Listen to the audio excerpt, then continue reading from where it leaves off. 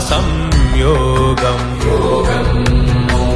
शरीरात्मसंयोगम् प्रणवबाणप्रयोगम् प्रपञ्चक्लेशवियोगम् आदियोगिकृतमहायागम् आदियोगिकृतमहायागम् आनन्दशङ्खरागम् आरोग्यभाग्ययोगम् आनन्दशङ्खरागम् आरोग्यभाग्ययोगम्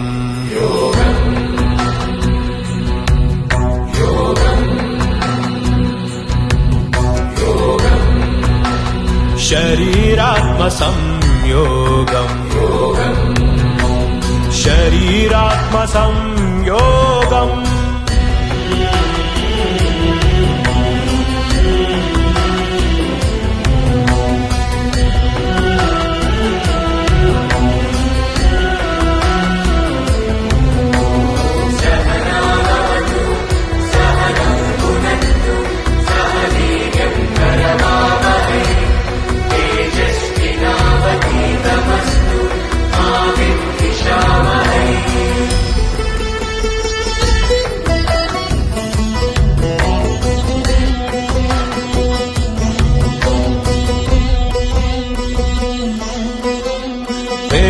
वेदान्त पुराण काव्येतिहासवर्णितम् भक्ति ज्ञान कर्म ध्यान चतुर्विधेन गीता बोधितम् यमनियमासन ॐ ॐ प्राणायाम प्रत्याहार ॐ ॐ धारण ध्यान समाधि इव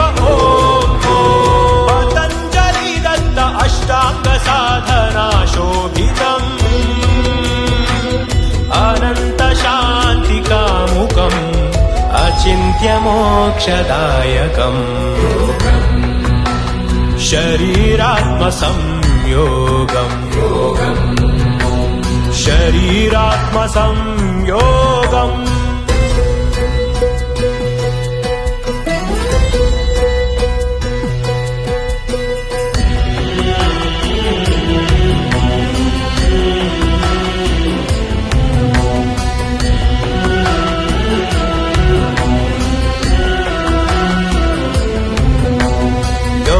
योगेन्द्र यतीश मौनीन्द्र शिष्य भूषितम् ప్రశాంతంగా ఉండడానికి చాలా ఉపయోగపడే ఇన్స్ట్రుమెంట్ యోగా.